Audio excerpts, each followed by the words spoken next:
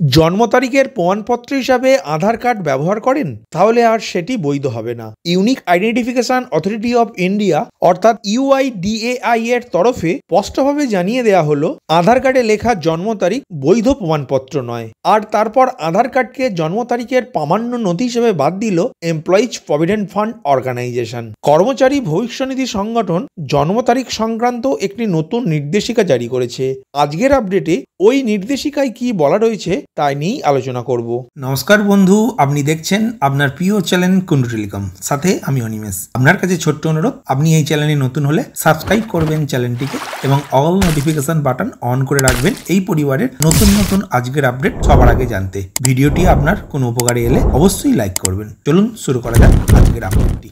আধার কার্ডকে জন্ম তারিখের প্রমাণপত্র হিসাবে অনেকেই বিবেচনা করছিলেন বা করেছিলেন আধার গ্রাহকের একাংশ, কিন্তু গত এক মাস আগেই unique identification authority of India একটি নতুন নির্দেশিকা জারি করে 2016 সালের আধার আইন অনুযায়ী আধার কার্ডকে জন্ম তারিখের প্রমাণপত্র হিসেবে বিবেচনা করা হবে না, শুধুমাত্র ব্যক্তির পরিচয়পত্র হিসেবে বিবেচনা করা হবে।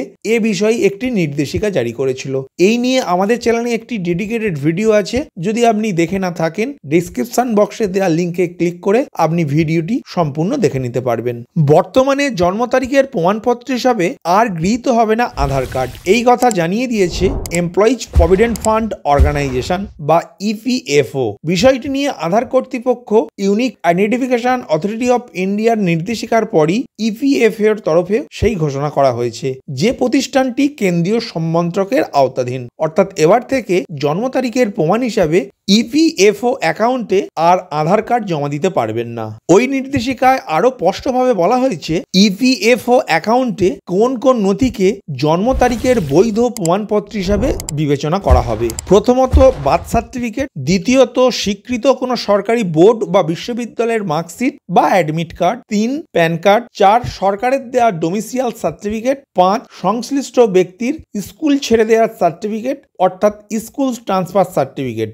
এখন থেকে EPFO অ্যাকাউন্টে শুধুমাত্র এই 5টি ডকুমেন্টই জন্ম তারিখের বৈধ প্রমাণপত্র হিসাবে গণ্য হবে, আর অন্য কোনো ডকুমেন্ট বৈধ জন্ম তারিখের প্রমাণপত্র হিসাবে গণ্য হবে না। প্রসঙ্গত সেন্ট্রাল প্রভিডেন্ট ফান্ড কমিশনারের অনুমোদনের পরই এই সিদ্ধান্ত গ্রহণ করা হয়েছে। সেই মতো অ্যাপ্লিকেশন সফটওয়্যারে প্রয়োজনীয় পরিবর্তনের জন্য ইন্টারনাল সিস্টেম ডিভিশনকে দেওয়া হয়েছে প্রয়োজনীয় নির্দেশ। এমপ্লয়িজ প্রভিডেন্ট ফান্ডের সদস্যরা যাতে এই পরিবর্তনের বিষয়ে অবহিত থাকেন এবং পরিবর্তন মেনে পদক্ষেপ করেন, সেই বিষয়েও পরামর্শ দেওয়া আছে ওই নির্দেশিকায়। ভিডিওটি প্রথম থেকে শেষ পর্যন্ত দেখার জন্য ধন্যবাদ। এই ইনফরমেটিভ আজকের আপডেটটি আপনার বন্ধু ও পরিচিতদের জানাতে বেশি বেশি করে শেয়ার করবেন, আর অবশ্যই কমেন্ট করবেন ভিডিও সম্বন্ধে আপনার কোনো ডাউট বা জিজ্ঞাসা থাকলে, এবং আপনার কোনো মতামত জানাবেন। ভালো থাকবেন, সুস্থ থাকবেন।